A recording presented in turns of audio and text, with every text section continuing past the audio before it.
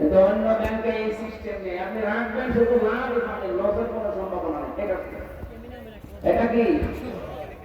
এই জন্য আপনাকে বলছে, আপনি যতদিন এদেশে যাকাত ভিত্তিক অর্থনীতি কায়েম না হয়, আপনি ইসলামের সাথে থাকেন।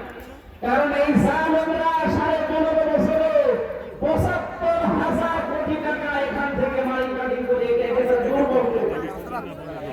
আমাদের এখন ইমানের দায়িত্ব, ইসলামপন্থী যারা আছে মুসলমান, এই জায়গায় কাজ কারবার করে অন্তত ইসলামী অর্থনীতিটাকে একটু চাঙ্গা করা।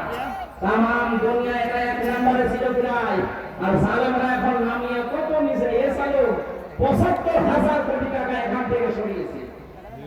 শুধু এখানে আরো ওর সাথে ছিল প্রায় 11টা 12টা। এবার একটা উদাহরণ, অনেকে আমাকে প্রশ্ন করে, তাহলে ইসলামী ব্যাংকেও সুদ দেয়, সোনালী ব্যাংকেও সুদ দেয়, আমার সমস্যা কি? না, কে বলেছে আপনাকে? এরা বাঁচতে পারছে না, শুধু আন্তর্জাতিক কিছু নিয়ম আছে, জাতীয় কিছু নিয়ম আছে, বাংলাদেশ ব্যাংকের সাথে কিছু নিয়ম আছে, বিশ্ব ব্যাংকের সাথে কি নিয়ম, এই নিয়ম নীতিগুলোর জন্য। নবীজি 13 বছর মক্কায় ছিলেন, 10 বছর মদিনায় ছিলেন, এটা জানেন না? জানেন কিনা? নবীজি 13 বছর মক্কায় নামাজ পড়িয়েছেন না পড়েছেন?